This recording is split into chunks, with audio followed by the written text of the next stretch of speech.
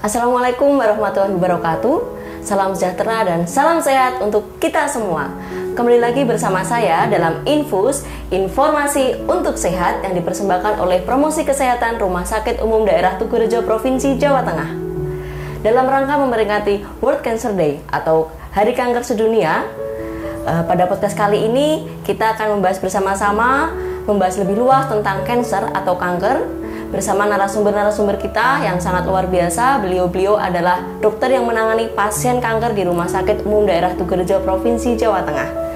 Ada 3 narasumber pada podcast kali ini, yaitu yang pertama ada Dr. Elia Aditya, spesialis radiasi onkologi konsultan gitu, Dok. Dan selanjutnya ada Dr. William Alfred, spesialis bedah konsultan onkologi. Yang selanjutnya ada Dr. Zulfahmi Wahab, spesialis penyakit dalam konsultan hematologi onkologi medis Vinasi. Ya. Beliau bertiga ini bapak-bapak ganteng ya sebutnya ya. Saya cantik sendiri soalnya di sini. Beliau akan menyampaikan atau memberikan materi kepada sobat sehat semua di rumah tentang cancer. Mungkin sudah banyak yang membahas tentang cancer, tapi pada podcast kali ini akan dibahas lebih luas karena dari beliau merupakan subspesialis dari keahlian masing-masing ya, Dok. Ya. Dr. Elia Aditya ini spesialis radiasi onkologi konsultan. Bisa dijelaskan, Dok, apa sih ini, kok biasanya kan kenalnya cuma radiologi gitu. Ini kok ada yang beda tuh apa? Jadi penanganan kanker memang kami terlibat dalam salah satu modalitas dalam penanganan kanker. Kita kan tahu bahwa penanganan kanker itu kan konsepnya adalah multimodalitas ya, Mbak Jen. Jadi kita tidak menggunakan salah satu modalitas saja, tapi kita bekerja sama menggunakan beberapa modalitas untuk mengangkat kelebihan dari modalitas-modalitas ini untuk mendapatkan hasil akhir outcome pengobatan yang terbaik bagi pasien. Nah, saya di bidang onkologi radiasi, artinya pengobatan kanker yang menggunakan sinar pengion atau radiasi. Jadi radiasi itu kayak contoh yang sehari-hari itu radiasi dari telepon seluler kita, radiasi dari gelombang radio misalnya. Nah, cuma radiasi yang kita pakai untuk pengobatan kanker ini energinya puluhan ribu kalinya dari energi tersebut, sehingga bisa dipakai untuk memfokuskan atau memfokuskan energi ini untuk mengobati atau untuk mematikan penyakit kanker di dalam tubuh pasien. Oke. Gitu. Selanjutnya Dr. William, ini spesialis bedah konsultan onkologi ya, Dok. Mungkin kalau di luar banyaknya spesialis bedah atau mungkin kenalnya bedah tumor. Itu dokter mungkin bisa mengenalkan ke sobat sehat di rumah, dokter, tentang subspesialisnya dari dokter. Ya, jadi pada penanganan kanker, Mbak Ajeng, itu ada beberapa modalitas yang harus kita kerjakan. Seperti tadi Dokter Elia sampaikan mengenai radioterapi. Jadi sebenarnya pada penanganan kanker ada modalitas pembedahan, modalitas radioterapi, modalitas sitostatika atau kemoterapi, modalitas hormonal terapi, modalitas imunoterapi, modalitas targeted terapi, dan sekarang yang sedang mulai dikembang adalah rekayasa genetika itu, Dok ya. Jadi ada rekayasa untuk genetika. Nah, dalam rangka untuk diagnosis ataupun untuk penanganan kanker, terutama yang kanker-kanker solid atau kanker yang berasal dari jaringan-jaringan tubuh, itu perlu pembedahan. Nah, pembedahan mulai dari yang namanya insisi, jadi mengambil sebagian jaringan untuk dilakukan pemeriksaan patologi anatomi, ataupun mengangkat keseluruhan jaringan, atau bahkan jaringan yang terkena tumor dengan jaringan sekitarnya. Itu yang disebut dengan reseksi atau eksisi yang luas. Nah, itu tujuannya adalah untuk mengeradikasi sumber dari kanker tersebut. Itu dapat dilakukan dengan pembedahan. Nah, tentunya setelah pembedahan ini tidak cukup di situ saja. Tapi seperti tadi yang saya sampaikan, ada beberapa modalitas yang perlu ditambahkan. Mungkin perlu kemoterapi, mungkin perlu ditambahkan radioterapi, mungkin perlu juga ditambahkan hormonal terapi bila memang kanker ini merupakan suatu kanker yang hormonal positif. Jadi yang maksudnya dipengaruhi oleh adanya suatu pengaruh hormonal. Nah, ini semua bisa dilakukan di rumah sakit kita, dan syukurnya negara kita dalam penanganan untuk kesehatan ini juga membiayai untuk banyak hal penanganan kanker, termasuk pembedahannya, kemoterapinya, radioterapinya, hormonal terapi. Jadi tidak usah khawatir lah kalau masyarakat akan datang ke rumah sakit kita, akan banyak hal yang dapat dilakukan dengan tanggungan dari BPJS. Ya, baik dokter. Gitu, Mbak. Terima kasih. Selanjutnya Dr. Zulfahmi Wahab, spesialis penyakit dalam konsultan hematologi onkologi medik Vinasim ya dok. Ya. Mungkin dok, ini juga sobat sehat di luar juga pasti bingung, biasanya dokter penyakit dalam itu berhenti sampai situ. Ini kenapa ada konsultan hematologi? Ya. Panjang banget tuh di belakang. Bisa coba dijelaskan dokter, bedanya dengan penyakit dalam biasa? Ya. Terima kasih Mbak Ajeng. Dalam saya internis, jadi di dalam penyakit dalam itu ada jenjang pendidikan untuk klinisi, itu ada spesialis dan ada subspesialis. Nah, kalau yang spesialis SP1 singkatannya itu adalah penyakit dalam. Kemudian kita bisa melanjutkan ilmu tersebut ke jenjang tertinggi untuk klinisi adalah super spesialis atau subspesialis. Ada 8 di bidang penyakit dalam yang sudah mempunyai subspesialis sendiri. Salah satunya adalah hematologi, onkologi, medik. Jadi dari namanya sudah kelihatan, hematologi ilmu tentang darah, dan onkologi medik ilmu tentang pengobatan onkologi penyakit kanker yang terkait dengan medical. Apa bedanya sama ini? Tadi saya sangat tertarik sekali yang disampaikan oleh Dr. Elia tadi, radiologi spesialis radiologi onkologi, bahwa penanganan kanker itu harus multidisiplin tim. Ada Dr. William, ada Dr. Elia, ada kami, karena kita tahu kanker itu penanganannya itu tidak hanya sekali selesai. Dari awal prinsip pengobatan itu ada 4 Mbak Ajeng.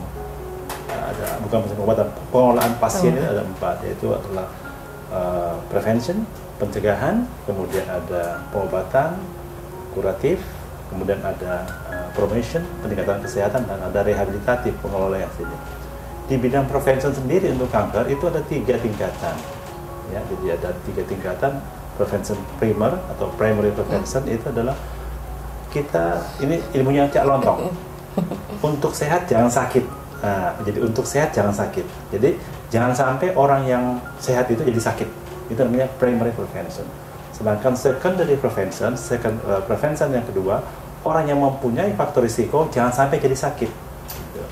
Itu semua kita kelola. Kemudian yang ketiga adalah tertiary prevention. Artinya apa? Orang yang sudah sakit jangan tambah stadiumnya, sudah sakit membaik lagi. Itu di dalam bidang prevention atau pencegahan. Kuratif pun juga, kalau kanker berbagi juga. Kuratif ada yang kuratif yang sifatnya tergantung dari stadiumnya sebenarnya. Kalau kuratif itu, kalau stadium awal atau stadium lokal, itu pengobatannya itu dikelola oleh teman Dr. William untuk terapi, artinya mengurangi stadium awal ya. Kalau stadium lanjut itu kanker kan ada stadiumnya, kita bagi dua aja, ada stadium awal, dini, ada stadium lanjut.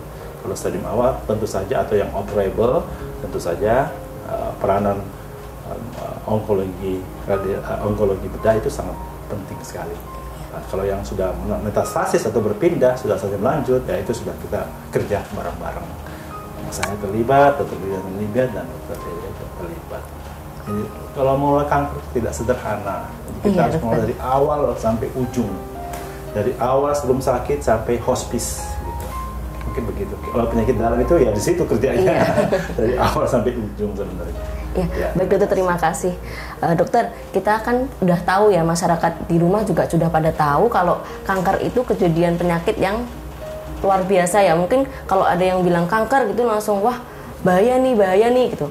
Bisa dijelaskan nggak dok, kanker itu termasuk penyakit yang di Indonesia sendiri sekarang ya? Atau mungkin jadi nomor 1, nomor 2, nomor berapa? Karena kan banyak macam penyakit yang istilahnya ini ya, mengancam nyawa tuh kan banyak. Nah itu kalau kanker sendiri tuh untuk di tahap-tahap urutannya, ranking mungkin ya, kita namanya ranking 1, 2, 3, kanker nomor berapa dokter? Mungkin ada yang bisa menjawab, Dr. William atau Dr. Zulfahmi? Oh ya baik, saya mungkin ditambahkan Dr. William. Jadi kalau untuk kanker itu termasuk penyebab kematian tertinggi yang non-infeksi. Tertinggi nomor 3 dokter, setelah penyakit jantung, stroke, diabetes, kemudian kanker. Gitu ya. Jadi stroke itu pembuluh darah dengan jantung, kemudian diabetes, kemudian yang ketiga adalah kanker. Jadi angka kematiannya memang tinggi. Nah, sedangkan mungkin kanker itu di Indonesia kalau yang laki-laki itu terbanyak adalah kanker paru. Kalau untuk perempuan itu kanker payudara yang terbanyak menderita. Tapi angka kematian tertinggi adalah kanker paru. Walaupun jumlahnya sedikit dibandingkan dengan kanker payudara, tetapi angka kematiannya sedikit. Kira-kira kenapa Pak Ajeng? Kenapa angka kejadian kanker payudara lebih tinggi, jumlahnya lebih banyak, tetapi kematiannya lebih rendah? Mungkin karena ini ya dok, termasuk alat vital ya dok di tubuh ya? Karena deteksi dini. Oh, deteksi dini. Intinya deteksi dini. Kanker payudara itu deteksi dininya lebih awal dibandingkan dengan kanker paru. Kanker paru kita biasanya menemukan pada stadium 3-4 biasanya baru. Tentu saja angka kematian lebih tinggi karena tersama dengan penyakit paru yang lain. Kanker paru, gitu ya, kanker paru payudara kan kelihatan. Gitu. Dengan edukasi yang masif dari kita semua, teman-teman semua, maka kejadian angka kanker payudara walaupun banyak jumlahnya itu angka kematiannya lebih rendah. Jadi intinya di deteksi dini tadi. Iya. Mungkin juga mau menambahkan. Iya betul sih, seperti sampaikan Dr. Sulfami tadi. Jadi menurut angka yang dikeluarkan oleh Globokan itu adalah Global Cancer. Jadi suatu research penelitian yang kemudian menghitung, kemudian mendata angka-angka kejadian kanker di dunia ini. Dikatakan per tahun 2020, kalau saya tidak salah angkanya, angka kematian karena kanker itu sekitar 9,7 juta.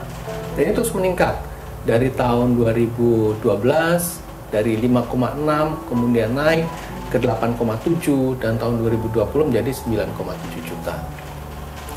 Dan ini menjadi suatu perhatian yang sangat besar baik dari WHO dan juga di negara kita oleh Kemenkes. Karena di Indonesia sendiri angka kejadian kanker masih cukup tinggi. Untuk angka kejadian kanker di Indonesia kurang lebih pada tahun 2020 juga untuk kanker payudara angka kejadiannya sekitar hampir 400.000. Sedangkan angka kematiannya kurang lebih sekitar 230.000. Jadi masih cukup tinggi. Angka kejadian kanker pada wanita terbanyak saat ini kanker payudara hampir kurang lebih 56.000. Kemudian diikuti oleh kanker oleh kanker leher rahim kurang lebih sekitar 27.000. Pada pria seperti tadi kami sampaikan, yang pertama adalah kanker paru, kemudian ada kanker kolorektal. Jadi cukup banyak. Nah, oleh sebab itu tanggal 4 kita peringati sebagai Hari Kanker Dunia.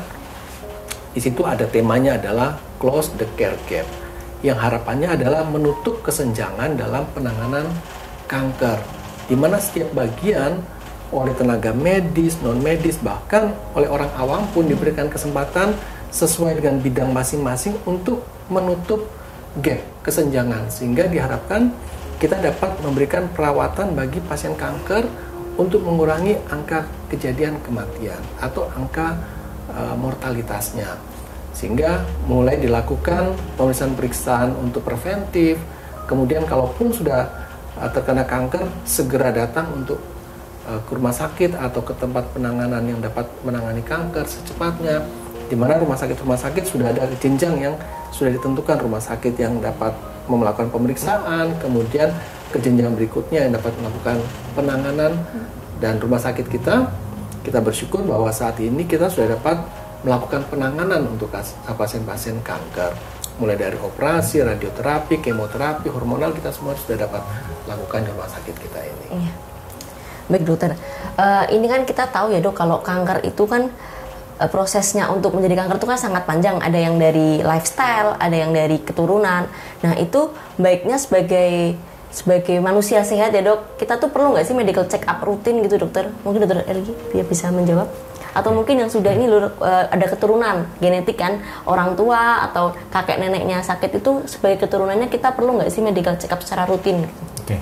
Baik, jadi medical check up ini termasuk seperti yang tadi Dr. Sulfami sampaikan, ini adalah salah satu bentuk untuk pencegahan ya. Jadi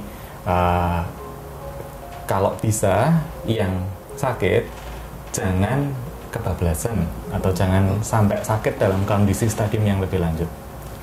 Jadi ini termasuk dalam pengobatan tersier. Nah, nanti kita bahas yang primer sekundernya juga. Nah, apakah perlu? Ya, jawabannya perlu. Nah, medical check up ini bisa medical check up di rumah sakit, tapi juga bisa kita memeriksa atau kita peduli terhadap diri kita sendiri. Kalau untuk perempuan misalnya, kita mengenal ada yang namanya pemeriksaan payudara sendiri, atau kalau kita sering singkat sadari. Kapan mulai perlu untuk dilakukan sadari? Ketika sudah mulai adil balik. Nah, wanita yang masih muda pun perlu untuk belajar bagaimana cara menemukan benjolan di payudaranya. Kenapa kok kita harus belajar? Karena kalau kita bisa menemukan pada waktu benjolan ini masih belum lanjut, pengobatannya akan jauh lebih simpel, lebih murah, outcome-nya akan lebih bagus, efek samping pengobatannya juga akan lebih minimal gitu. Itu untuk payudara. Kemudian untuk kolorektal misalnya, ada pemeriksaan namanya Digital Rectal Examination, DRE, atau pemeriksaan colok dubur. Terus untuk kanker prostat juga ada pemeriksaan, untuk kulit juga ada yang namanya Sakuri. Jadi itu pemeriksaan yang sifatnya dari diri sendiri. Medical check up perlu nggak? Perlu. Jadi untuk payudara misalnya, kita mempunyai, termasuk di Tugu Rejo sendiri, kita diperlengkapi dengan USG maupun mamografi.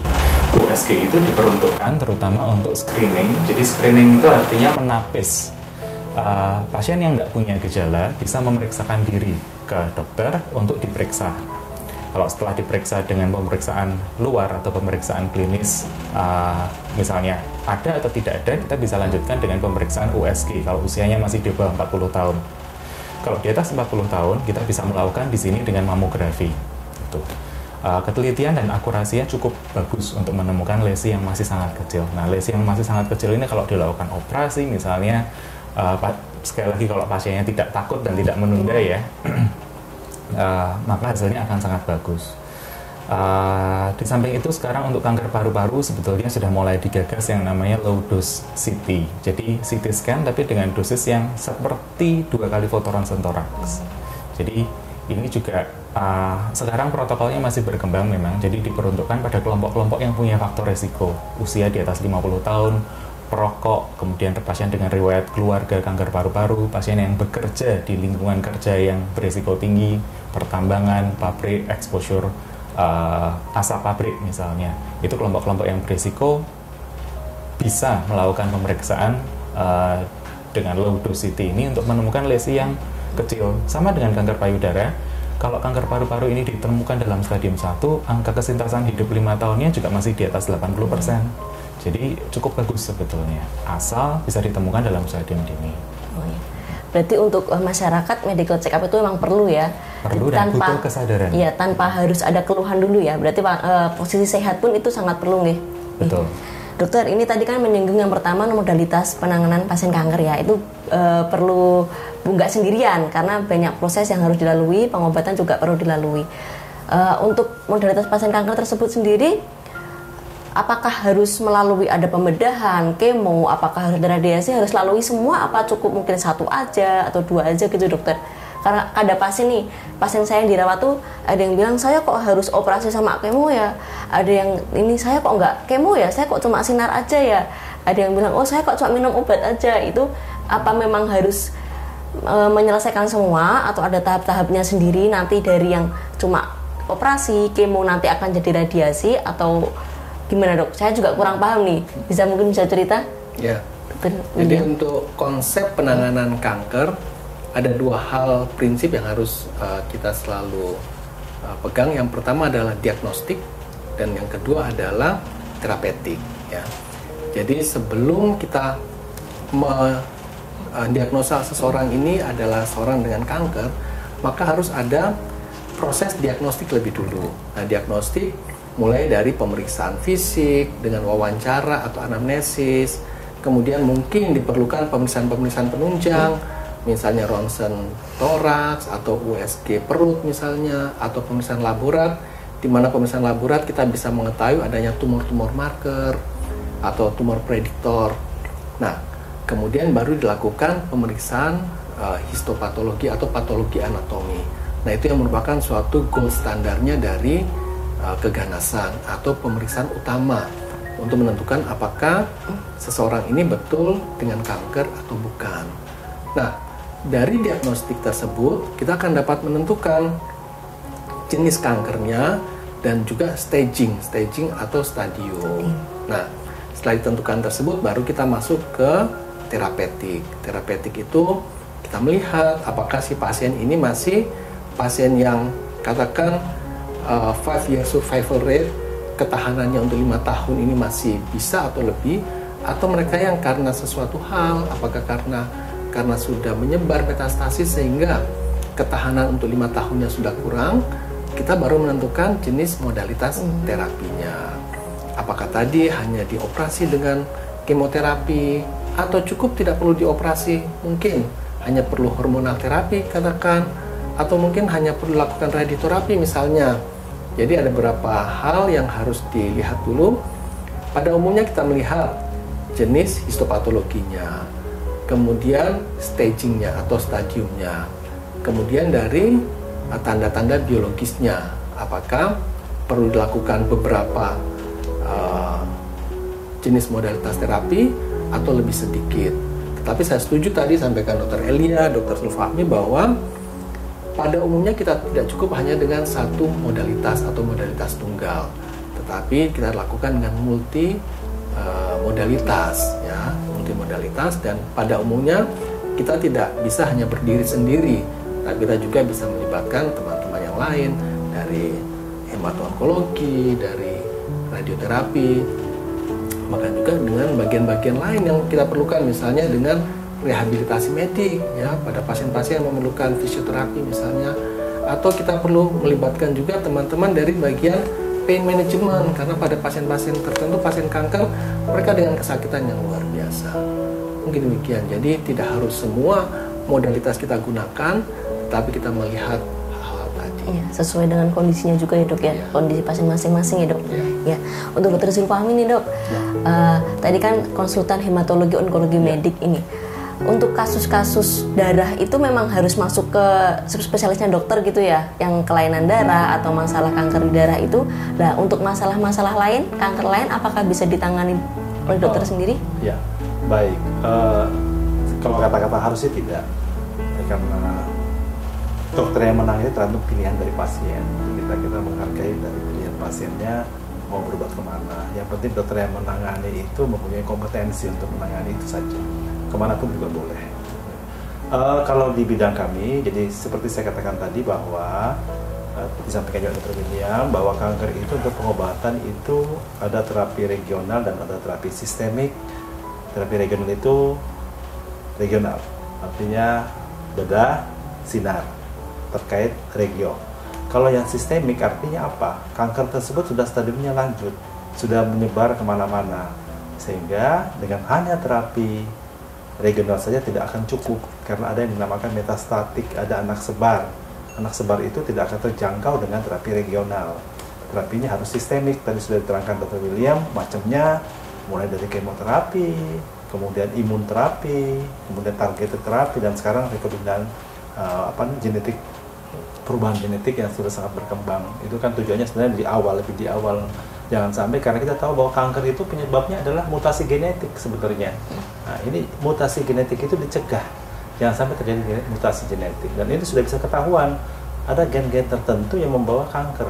Kanker payudara, kanker ovarium, itu ternyata satu gennya. Cuma dia tumbuh di payudara, di kanker payudara, tumbuh di bawah, di ovarium, di kanker ovarium. Nah, kami di bidang hematologi onkologi itu di samping juga menangani penyakit-penyakit keganasan pada non-solid tumor, istilahnya tumor yang darah, dan juga menangani terapi sistemik untuk terapi yang solid tumor, begitu. Ya baik dokter. Ini dokter, untuk penanganan pasien kanker itu kan otomatis banyak masalah ya dok. Nah, permasalahan apa sih yang terjadi di Indonesia khususnya dokter?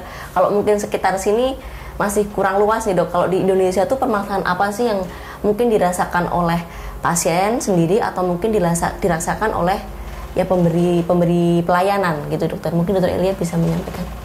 Ya, mungkin nanti ditambahi ya Dr. William, Dr. Hami.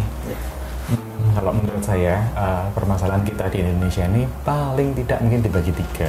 1, faktor pasien. 2, faktor pelayanan kesehatan. Yang ketiga, faktor sistem.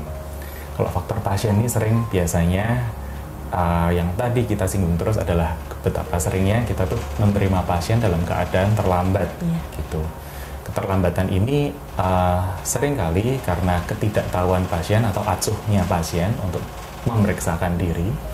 Terus nomor 2, kalau pasiennya tidak acuh ketika nanti penyakitnya berkembang, katakanlah kanker payudara, ada benjolan atau ada luka di payudaranya misalnya, pasien malu untuk periksa atau malu untuk cerita pada kader posyandu, malu untuk cerita di PKK misalnya. Jadi cenderung menyembunyikan atau takut kalau dikucilkan misalnya. Terus faktor pasien juga adalah mungkin pasien tidak punya dana. Nah, ini sudah dibantu oleh BPJS sebetulnya, apalagi di Tugurejo ini hampir semuanya ya dok ya, pasien kita ini hampir seluruhnya pasien-pasien BPJS. Cuma pasien kadang tidak tahu atau tidak paham bagaimana cara mengaksesnya gitu.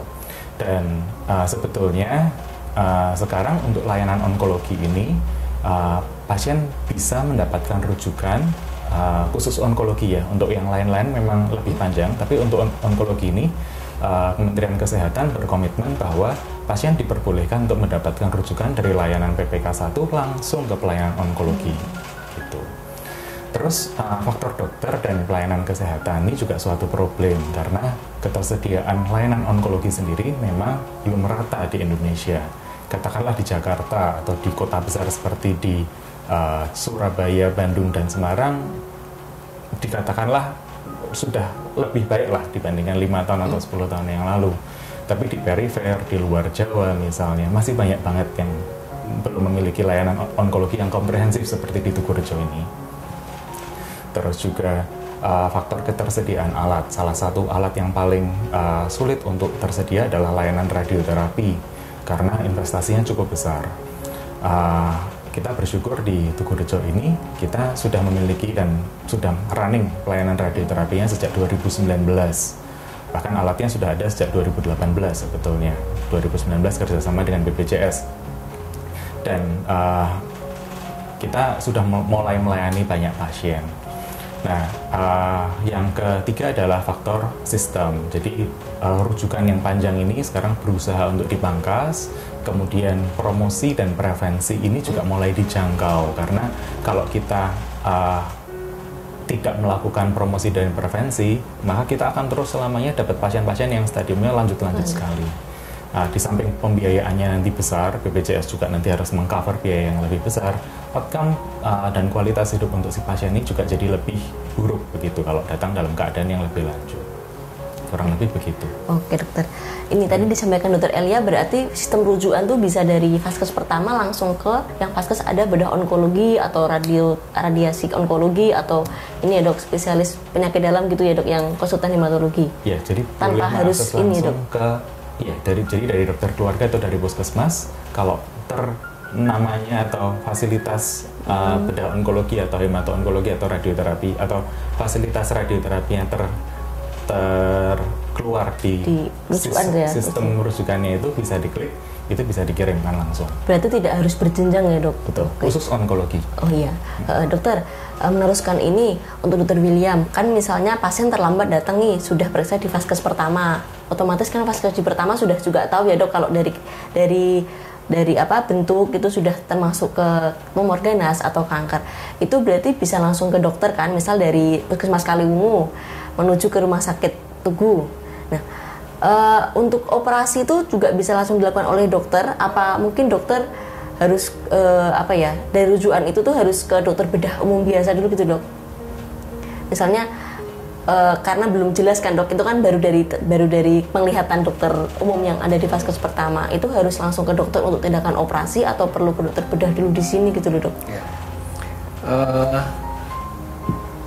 Sebenarnya kalau kita bicara mengenai penanganan kanker, apalagi dengan tema kita 3 tahun ini, Close the Care Gap, kita inginkan penanganan kanker yang cepat, penanganan kanker yang baik, sehingga pasien-pasien kanker mendapat penanganan yang lebih cepat, diharapkan mendapatkan survival rate yang lebih baik, kemudian quality of life-nya lebih baik. Ya.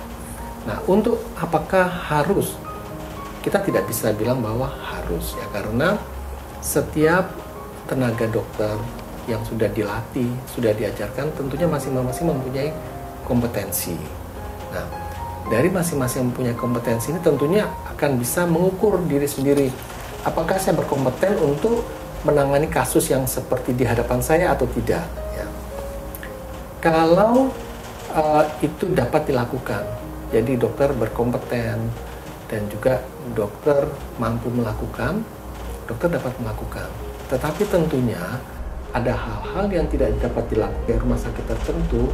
Misalnya tadi Mbak Jeng contohkan dari Kaliwungu, kirimkan ke rumah sakit terdekat. Mungkin ada dokter spesialis bedah mungkin. Mereka dapat melakukan pembedahan. Tetapi tentunya di sana belum mempunyai fasilitas yang dapat memberikan modalitas terapi yang lain. Nah, sebaiknya mereka segera mengirim ke rumah sakit kita. Bila dokternya melihat bahwa kasus tersebut dokternya tidak berkompeten untuk mengerjakan, silakan dari sana langsung juga mengirimkan kemari untuk segera kita tangani dari awalnya. Ya, jadi kita tidak bisa mengharapkan semua langsung kemari, karena kalau mengharapkan demikian tentunya juga akan menjadi suatu kendala yang baru. Apakah kita mampu melakukan semuanya dalam waktu yang cepat? Nah, itu juga menjadi masalah yang baru buat kita. Tetapi kita boleh memberikan kesempatan pada dokter lain, tetapi kita melihat lagi kompetensinya. Bila mereka kompeten untuk melakukan, silakan untuk melakukan. Tapi bila ragu-ragu, sebaiknya untuk segera merujuk ke rumah sakit kita. Ya. Oke dokter. Nah tadi dokter kan menyinggung terus close the care gap ya dok. Sebenarnya dari sistem ini tuh atau aplikasi dari tema tersebut tuh apa sih yang diharapkan dokter untuk kemajuan pelayanan kemoterapi di Indonesia khususnya, atau untuk pasien-pasien mungkin ada yang lebih apa dari kekurangan yang kemarin, untuk tema itu tuh mendukung, aplikasinya tuh mendukung keuntungan apa gitu dok, untuk tadi untuk pasien, untuk pemberi pelayanan, atau mungkin untuk sistem gitu dok. Ya tentunya dengan adanya tema ini close the close the care gap ini, bila ini berhasil tentunya akan banyak diuntungkan. Yang pertama tentunya adalah masyarakat, dalam hal ini pasien. Bila kesenjangan ini dapat diatasi, kesenjangan tadi Dr. Elia sudah panjang lebar sampaikan, ada 3 hal utama yang menjadi kesenjangan kenapa pasien terlambat datang ya, dari sistem, dari pasien, dari tenaga medis ya, kurang lebih seperti itu ya dok ya. Bila itu dapat diatasi, pasien dapat ditangani dengan cepat, tentunya si pasien akan dapatkan quality of life yang lebih baik. Boleh kemudian juga kemungkinan rentang harapan hidupnya menjadi lebih baik, tentunya akan lebih berproduktif, kemungkinan dapat lebih berkolaborasi dengan keluarganya dengan lebih baik, dapat membimbing keluarganya lebih baik. Ini tentunya suatu keuntungan yang katakan tidak dapat dinilai dengan uang, tapi ada suatu keuntungan yang sangat besar. Bagi negara pun sebagai penyedia layanan, ini menjadi suatu hal yang sangat menguntungkan. Karena apa? Sampai tahun ini kurang lebih 3,5 triliun dikeluarkan oleh pemerintah melalui BPJS untuk penanganan khusus kanker. Ya, ini cukup besar karena penyakit kanker termasuk penyakit katastrofik yang membutuhkan biaya cukup besar. Nah, tentunya dengan penanganan yang lebih baik, kemudian harapan hidupnya lebih baik, kualitas pasien lebih baik, biaya untuk pengobatan lebih baik karena didatangkan pasien dengan stadium yang lebih awal, kemungkinan biaya yang 3,5 triliun tadi akan dapat dikurangi, yang tentunya dapat dialihkan ke pelayanan kesehatan yang lain. Jadi banyak hal yang dapat diuntungkan bila kesenjangan pelayanan ini dapat dilaksanakan. Dan kembali kita ingat bahwa ini bukan hanya tugas dokter atau rumah sakit, banyak pihak yang terlibat, mulai dari sistemnya, kemudian rumah sakit tentunya, dan masyarakat, bahkan masyarakat awam pun dapat terlibat dalam hal ini. Apa yang bisa dilakukan? Pemeriksaan dini atau deteksi dini, yaitu dapat dilakukan oleh masyarakat awam untuk dapat mengurangi cost atau biaya penanganan kanker bila stadiumnya sudah lanjut. Dokter, berarti untuk tema ini tuh sebenarnya perlu dielu-elukan ke masyarakat luas ya dok, sampai mungkin kayak tadi posyandu ya dok, harus ibu kakak kan pasti kumpul tuh tiap bulan sekali gitu kan, memang harus ada sharing seperti ini ya, biar tahu ya, apalagi mungkin ke arisan-arisan gitu, nggak membahas nggak membahas hal yang lain, tapi mungkin lebih baiknya memang program-program pemerintah yang menunjang kesehatan memang harus dielulukan ke masyarakat luas ya dok ya, bukan hanya dari rumah sakit saja berarti nggih. Kalau sampai rumah sakit kan berarti intinya sudah pengobatan ya dok, sudah pengobatan, sudah ada tindakan, tapi untuk pencegahan dini itu mulai dari bawah gitu ya. Dan yang paling penting Mbak Ajeng, bahwa negara kita tidak akan mampu, ada batas tertentu negara kita uangnya nggak cukup, akan tidak cukup kalau hanya terapi aja, kuratif aja yang ditekankan. Makanya sangat penting deteksi dini, karena deteksi dini itu bagaimanapun juga kan sudah tahu kita dari dulu lebih bagus mencegah daripada mengobati, dokter. Akan terbatas. Kemarin Menteri Kesehatan sudah menyampaikan bahwa di tahun 2024 negara tidak akan bisa mengobati kanker kalau modelnya kayak begini. Makanya tadi disampaikan oleh Dr. Elia, ini sejalan sebenarnya dengan tujuan kita memperingati Hari Kanker. Ada 3 tujuannya. Yang pertama adalah pendidikan. Kita mendidik masyarakat, memberitahu masyarakat bahwa kanker itu begini loh, faktor risikonya ini, penyebabnya ini, bagaimana mencegah. Yang pertama itu. Yang kedua, kita menyadarkan masyarakat. Pendidikan dulu, baik pada orang sehat ataupun orang sakit ataupun keluarga penderita kanker. Yang kedua adalah pendidikan, menyadarkan masyarakat akan pentingnya deteksi dini. Jadi ada kesadaran untuk berobat. Tidak disampaikan oleh Dr. Elia tadi bahwa takut, malu dan sebagainya gitu ya. Nah, yang ketiga adalah kita dari tenaga kesehatan kita melatih diri kita menjadi profesional untuk bisa melakukan pengolahan yang sangat optimal, tepat obat, tepat diagnosis dan tepat pengobatan. Itu pasti akan mendorong. Sejalan dengan tujuan kita memperingati Hari Kanker sedunia. Ada satu tambahan Dr. William, subtema untuk tahun ini itu ada namanya Uniting Our Voices, kemudian Take Action. Satukan suara, padukan suara, itu maksudnya satukan paduan suara kan satu, jadi merdu dengarnya, segera mengambil tindakan gitu, tidak hanya rotarika aja begitu. Itu ada subtema berikutnya untuk tahun ini. Untuk tahun ini ada khusus untuk tahun ini. Ada Uniting Our Voices and Taking Action. Oke. Dokter, berarti disinggung BPJS tadi ya dok ya, berarti semua tindakan penanganan kanker itu memang di cover ya dok ya untuk BPJS ya dok. Berarti ini untuk masyarakat ada beberapa pasien saya dokter, ini mau cerita pasien saya itu ada yang dari Kendal tapi pedalaman dok, di bawah Gunung Prau. Iya itu untuk BPJS itu rujukan dari vaskes terdekat sana tuh susah dok untuk menembus ke sini. Nah mungkin untuk sistem-sistem seperti itu tuh dari pemerintah ada cara khusus nggak sih dok untuk bisa menjangkau daerah-daerah yang kecil gitu dok? Karena kan kita kan nggak tahu ya dok, kadang kasus-kasus di dalam gitu kan masih banyak yang belum kelihatan ya, belum bisa sampai ke kota-kota untuk penanganannya. Itu ada usaha pemerintah khusus nggak sih dok, selain dari yang tadi close the care gap itu ya dok ya, mungkin untuk mengeluh-keluhkan itu, tapi cara khusus pemerintah untuk sampai ke sana-sana, atau mungkin ada caranya kayak kita promosi ke sana dari pemerintah, atau mungkin dari pemerintah juga ada tim-tim khusus yang bisa menelusur sampai ke dalam-dalam gitu, pernah ada nggak dok kayak gitu dok?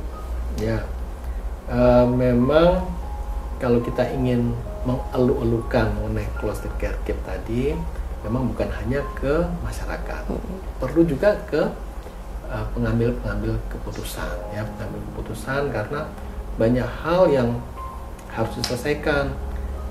Daerah yang berbeda, tentunya stakeholdernya berbeda. Nah, ini harus dipertemukan. Siapa yang mempertemukan? Kemudian bagaimana mengambil keputusan bersama? Nah, ini tentunya harus ada yang lebih tinggi lagi yang dapat membantu untuk menemukan satu titik temu untuk penanganan kasus-kasus yang seperti tadi terjadi. Berapa kali sudah terjadi, ada lembaga-lembaga swadaya masyarakat. Mereka membantu mengirimkan pasien dari sana, dijemput, dibawa kemari. Nah, ini yang kadang-kadang membuat kita terharu, seringkali dengan gratis, ya, free charge sama sekali. Jadi mereka hanya mengantar, kemudian mereka menjemput, setelah selesai, katakan selesai radioterapi, diantar pulang lagi ya. Karena apa? Mungkin BPJS sudah menanggung biaya penanganan, tetapi kalau pasien yang jauh, untuk biaya kemarin butuh biaya. butuh biaya. Kadang-kadang kemari dengan pasien yang sudah tidak bisa duduk, misalnya karena ada kompresi pada tulang belakang, dia harus terbaring, berarti datang harus dengan mobil. Kalau pasien tidak punya kendaraan, mungkin dia harus menyewa. Berapa yang harus dia keluarkan biayanya? Nah, untungnya beberapa lembaga swadaya masyarakat kadang dikelola oleh lembaga keagamaan, kadang oleh lembaga swadaya tertentu, organisasi tertentu. Mereka berupaya membantu untuk mengirimkan pasien-pasien tersebut. Mereka menjangkau daerah-daerah yang jauh, daerah-daerah yang sulit untuk membawa kemari. Nah, kita bersyukur juga rumah sakit kita sekarang sedang membangun rumah singgah. Ya, kita beri aplaus buat rumah sakit kita ya. Saat ini sedang dikerjakan. Mungkin dalam waktu beberapa saat lagi sudah bisa tersedia, walaupun mungkin tidak terlalu banyak kamar atau tempat yang disediakan, tapi paling tidak itu sudah sangat membantu untuk pasien-pasien yang jauh dapat untuk tinggal sementara, sehingga mereka tidak harus bolak-balik ke rumah yang jauh. Mungkin gitu Mbak Ajeng. Ya, berarti memang dari kesadaran ini ya Dok, ada dari lembaga-lembaga yang mempunyai etikat untuk membantu ya Dok. Karena mungkin dari faktor keluarga sendiri juga mungkin kurang mampu ya Dok untuk bisa mengadakan transportasi, atau mungkin dari pemerintah juga masih terbatas ya Dok, dari kesehatan terdekat, fasilitas kesehatan terdekat seperti puskesmas masih terbatas untuk membawa kemari.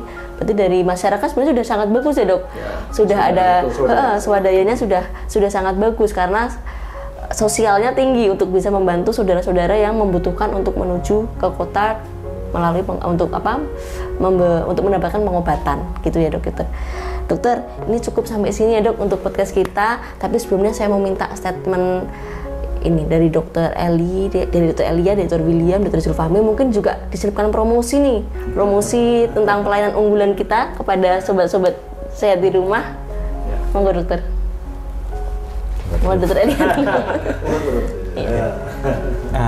Iya, jadi kalau closing statement untuk tahun ini ya, untuk closing the care gap atau menutup kesenjangan atau mendekatkan kesenjangan yang terjadi dalam hal penanganan kanker, kalau dari menurut saya ya nomor satu, kesenjangan yang harus kita tutup itu beberapa memang ya, kesenjangan informasi, kesenjangan akses, kesenjangan kepedulian, termasuk dari stakeholder yang tadi ditambahkan Dr. William. Betul banget bahwa kesenjangan dalam hal kepedulian atau awareness dari stakeholder itu juga sangat vital. Saya jadi teringat kita pernah punya pasien yang nganterin, pasien ini nggak punya anak, nggak punya suami, yang nganterin Pak RT-nya.